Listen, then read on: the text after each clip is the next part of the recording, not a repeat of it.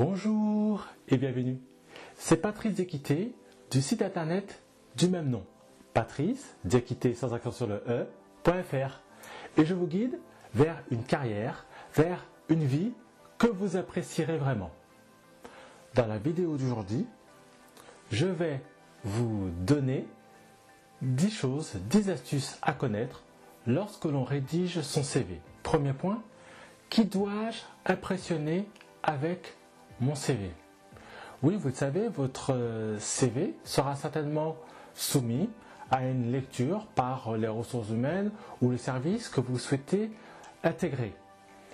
C'est pourquoi il est important que vous mentionniez les informations qui correspondent au poste ou en tout cas à la personne qui va vous relire. Voire même, vous pouvez même lui adresser votre CV si vous connaissez son identité. Deuxième idée, simplifiez votre CV et rendez son contenu facile à comprendre. À ce titre, lorsque vous rédigez votre CV, vous devez garder à l'esprit que dans plusieurs cas, il s'agit d'un des nombreux CV envoyés quotidiennement à l'entreprise dans laquelle vous cherchez à obtenir un emploi. Troisième idée, offrez aux personnes qui lisent votre CV les éléments dont elle a besoin. Au moment de vous engager, il est important que vous connaissiez les souhaits de l'entreprise. Cela peut vous aider à vous concentrer sur les détails les plus importants de votre curriculum vitae. De plus, vous devriez vous efforcer d'indiquer comment vous communiquez avec les gens, ce qui vous encouragera à mieux faire votre travail. Idée suivante, précisez l'intention du CV. Ce n'est que la première étape d'une série de démarches que vous allez entreprendre pour obtenir le poste que vous méritez. L'élaboration d'un CV a pour but de garantir que votre employeur potentiel vous demande un entretien. Lorsque cela se produit, l'attention doit alors se porter sur le résultat de l'entretien. Et il faut donc alors rechercher le poste que vous avez toujours aimé. L'idée suivante, c'est que en présentant vos forces et en présentant vos qualités, vous pouvez faire en sorte que les personnes réalisent au mieux votre potentiel. Dans leur CV, de nombreux candidats présentent des qualités telles que la créativité, telles que la capacité à résoudre des problèmes, la persévérance et le travail assidu. Cependant, il faut avoir à l'esprit que n'importe qui peut dresser une longue liste de ces éléments. La meilleure chance pour vous est donc d'illustrer que vous possédez ces qualités. L'idée suivante consiste à effectuer des recherches. Oui, il est souvent judicieux de faire des recherches sur ce que vous allez mettre dans votre CV. Et cela, surtout si vous débutez. Et on trouve sur Internet, dans des livres ou dans des blogs, une grande quantité d'outils. Et ces outils sont accessibles et vous permettront et vous aideront à rédiger un CV avec un aspect professionnel. Lorsque vous faites passer vos propositions en phase de test, vous donnez aux futurs employeurs tout ce qui figure sur votre CV.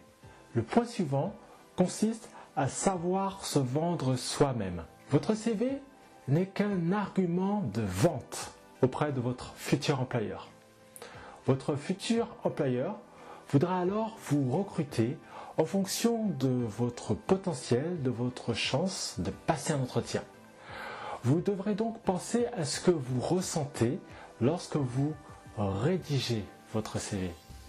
Bien qu'il soit important de mettre un terme au comportement excessif, vous devez également faire attention, en tout cas éviter d'en faire trop, car cela pourrait nuire à vos chances d'obtenir un emploi.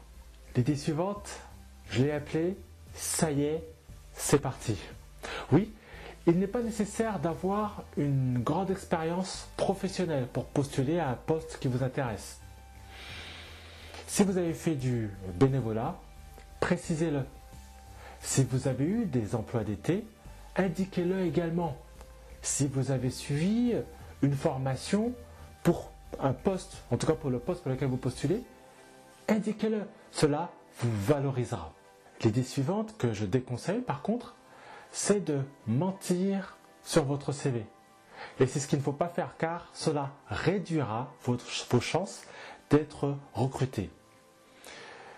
Il faut savoir qu'il est généralement admis de mentir sur le CV ou lors d'un entretien.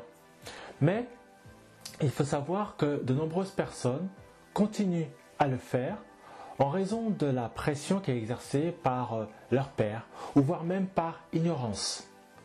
En gardant cela à l'esprit, il est important de noter que les employeurs de certaines entreprises, y compris les services de ressources humaines, réalisent des recherches et vont un peu se renseigner auprès des entreprises pour lesquelles vous avez travaillé pour se renseigner, pour valider si oui ou non les informations que vous avez indiquées sont bien réelles. L'idée suivante consiste à ne pas indiquer, à ne pas inclure dans votre CV toute forme de contenu non pertinent. Parler par exemple de politique est inapproprié. Cela pourrait même vous desservir. C'est pourquoi c'est vraiment quelque chose qu'il faut exclure et qu'il ne faut pas indiquer dans votre CV car cela pourrait influencer, voire choquer votre employeur potentiel. Maintenant, si vous avez aimé toutes ces astuces et que vous souhaitez obtenir plus de détails sur la façon de forger votre avenir professionnel, alors n'hésitez pas à télécharger une copie gratuite de mes 8 pistes de CV ultimes qui se trouvent dans la description ci-dessous. Si vous avez déjà téléchargé le PDF et que vous êtes prêt à échanger avec moi sur la façon dont vous pouvez améliorer votre CV et changer votre avenir, alors n'hésitez pas, prenez un rendez-vous avec moi. C'est offert. Je vous ai mis le lien dans la description. Je vous dis à bientôt pour une prochaine vidéo.